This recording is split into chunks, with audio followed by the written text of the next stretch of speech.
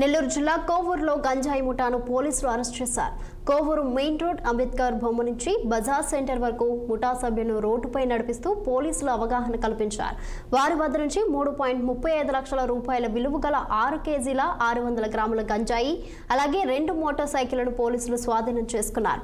ఈ సందర్భంగా Kovur circle inspector Sudhakar Reddy మాట్లాడుతూ మాదక ద్రవ్యాల నియంత్రణ అవగాహన కార్యక్రమంలో భాగంగా ఒరిస్సా, విశాఖపట్నం ప్రాంతాల నుండి గంజాయిని తీసుకువస్తూ విక్రయించే వ్యక్తులపై జాగ్రత్తలు తీసుకున్నామన్నారు. అలాగే పరుగుపాడు జమ్మిపాలెం రోడ్ సర్వీస్ రోడ్డు వద్ద అనుమానాస్పదంగా వెళ్తున్న 6 మందిని అదుపులోకి తీసుకుని విచారణ జరిపి కేసు నమోదు చేసి కోర్టులో హాజరుపరిచామని తెలిపారు.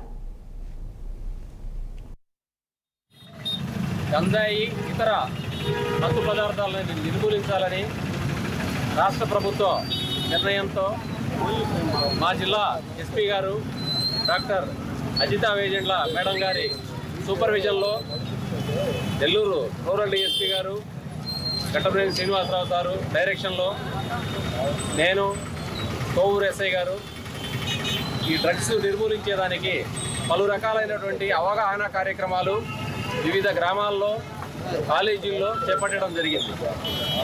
ఆ కార్యక్రమాలు చేపట్టిన దానిలో భాగంగా మాకు కొంతమంది ప్రజలు స్వచ్ఛందంగా సార్ ఫలానా దగ్గర ఈ గంజాయి సేవించడం, అమ్మటం జరుగుతుందని చెప్పి మాకు రహస్యంగా సమాచారం ఇచ్చారు. వారి పేర్లు గోప్యంగా ఉంచి వారిచ్చిన సమాచారం మీద మా ఎస్ఐ గారు నేను వర్కౌట్ చేశాము, మా టీం అంతా కూడా.